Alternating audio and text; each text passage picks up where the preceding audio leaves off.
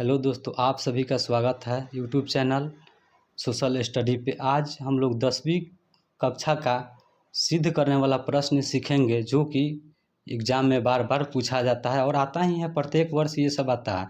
चलिए तो हम लोग सीखते हैं। क्या कह रहा है कि सिद्ध कीजिए कि √5 एक अपरिमेय संख्या है। क्या है? √5 एक अपरिमेय संख्या है। सबसे पहले अपरिमेय संख्या पूछे तो अपरिमेय संख्या क्या होता है और परिमेय संख्या क्या होता है, ये सब आइए हम लोग जान लेते हैं पहले। ठीक, तो देखते हैं पहले परिमेय संख्या क्या होता है। परिमेय संख्या वैसी होती है जिसे हम लोग P/Q के रूप में लिख सके, उसी को हम लोग परिमेय संख्या होता है कहते हैं। ठीक, अब एक और आता है जिसे P/Q के रूप में हो 2/3 लिखे, ठीक है, 5/4 लिखे, ये सब क्या है? आपका परिमेय संख्या है। और एक आता है अपरिमेय संख्या। अपरिमेय संख्या जो इतना याद रखना है कि अपरिमेय संख्या के बारे में जिसका वर्गमूल नहीं निकल सके, जैसे कि √16, तो √16 का 4 निकल जाता है तो ये परिमेय संख्या है। वहीं अगर √17 हम लिखते हैं तो इसका वर्गमूल पूरी तरह नहीं निकलेगा, इसलिए यह अपरिमेय संख्या है। ठीक, तो यही सब हम लोग को सिद्ध करना है। अब एक और इसमें आता है पूर्णांक संख्या। पूर्णांक संख्या क्या होता है? देखिए, पूर्णांक संख्या जैसे होता है 0, 1, 2, 3, 4, 5। अब इसी तरह इधर माइनस में चलाना है, -2, -3 लिखेंगे, -4 लिखेंगे। इधर इनफाइनाइट तक इधर भी जाएगा और इधर भी इनफाइनाइट तक जाएगा। यही आपका पूर्णांक संख्या होता है। ठीक, अब एक और बात समझते हैं इसमें कि सअभाज्य क्या होता है। सअभाज्य में एक तो सबसे पहले अभाज्य जानेंगे कि अभाज्य संख्या होती क्या है। ठीक, तो अभाज्य संख्या वैसी संख्या होता है जो केवल एक और अपने आप से कटे, वो अभाज्य संख्या। एक को छोड़ दिया जाता है, बाकी उसके बाद का जैसे 2 है, 2 एक और केवल अपने आप से ही कटेगा। 3 है, 3 केवल एक और अपने आप से ही कटेगा। 5 है, 5 एक और अपने आप से ही कटेगा। तो ये सब संख्या अभाज्य होती है। अब उसी में हम लोग 6 ले लेंगे तो 6 ये 2 और 3 से कटता है, तो ये अभाज्य संख्या नहीं होगा। उसी तरह है एक सअभाज्य संख्या होता है। ठीक, जो सअभाज्य जो होता है ना, इतना ध्यान रखें जिसका मस 1 होता है, मस 1 होता है, वही सअभाज्य संख्या। मतलब कि 2 ऐसी संख्या लिखे जिसमें कॉमन एक ही होना चाहिए। अगर 2 और 4 लिखते हैं, ठीक, तो इसमें कॉमन 2 है, दोनों में 2 है, तो ये सअभाज्य नहीं होगी। लेकिन 2 और 3 लिखते थे, दोनों में कॉमन एक ही निकल सकता है, यानी कि मस इसका एक ही हो सकता है, इसलिए सअभाज्य संख्या है। तो इस बात पर गौर कीजिएगा। अब चलते हैं, हम लोग सिद्ध करते हैं। सबसे पहले इसको देखिए, अपरिमेय सिद्ध करना है तो इसको हम लोग मान लेते हैं परिमेय। ठीक, तो माना कि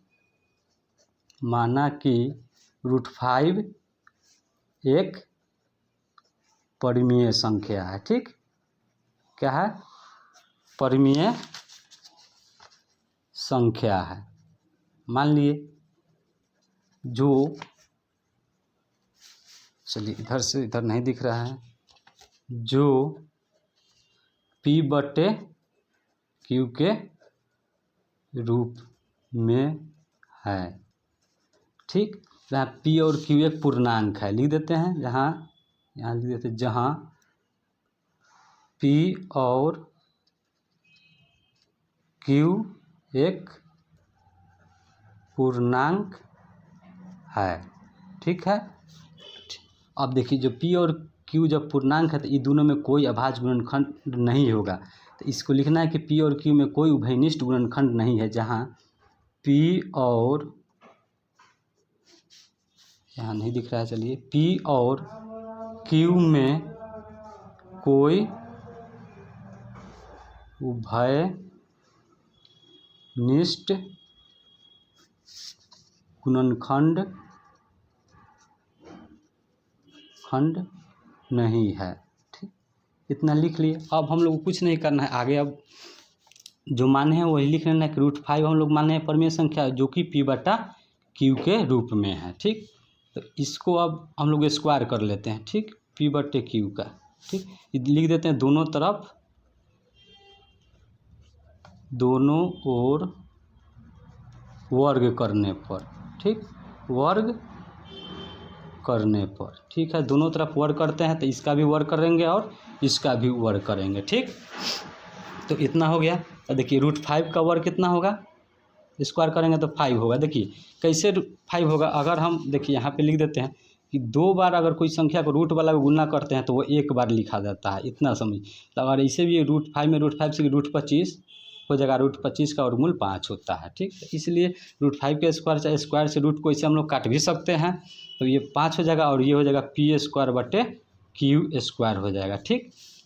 तो इसको हम लोग ऐसे भी लिख सकते हैं, बाई क्रॉस कर लीजिए इसको, ठीक है। इस तरह करके क्या हो जाएगा कि p² बराबर क्या हो जाएगा 5q² हो जाएगा, ठीक। अगर चाहे इसको इसी तरह लिख लीजिए तो p² बराबर 5q² है, कोई दिक्कत नहीं है। देखिए इसमें 2 q है, इसमें 2 p है, ठीक। तो एगो इधर ले आते हैं, तो ये इधर क्या कर लेते हैं p² बटे क्या हो जाएगा आपका q हो जाएगा। यहाँ 2 है ना, यहाँ 5q लिख देते हैं। देखिए यहाँ 1q इसलिए लिखे कि इसमें 2 है और एगो यहाँ ला दिए हम लोग, ठीक। तो ये देखिए यहाँ देखना है, ये जो है ना 5, ये जो है भिन्न है, ये क्या है आपका भिन्न है। भिन्न क्या होता है, जो कि अंश और हर के रूप में लिखा जाता है। जैसे p/q है तो अंश और हर है इसमें, तो ये एक भिन्न है। और ये क्या है, इस तरह का एक पूर्णांक है। ये क्या है, पूर्णांक। हम लोग पढ़े हैं कि पूर्णांक क्या होता है, ठीक। तो ये देखिए भिन्न और पूर्णांक कभी एक दूसरे के बराबर नहीं हो सकता है। तो यहीं से हम लोग छोड़ देते हैं कि भिन्न और पूर्णांक कभी एक दूसरे के बराबर नहीं होता है। यहीं पे लिख देंगे अतः, जब यहीं पर हमारी मान्यता गलत हो जा रहा है, अतः हमारी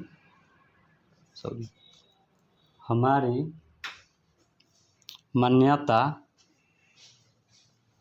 गलत है कि √5 एक परिमेय संख्या है, ठीक। तो इसलिए √5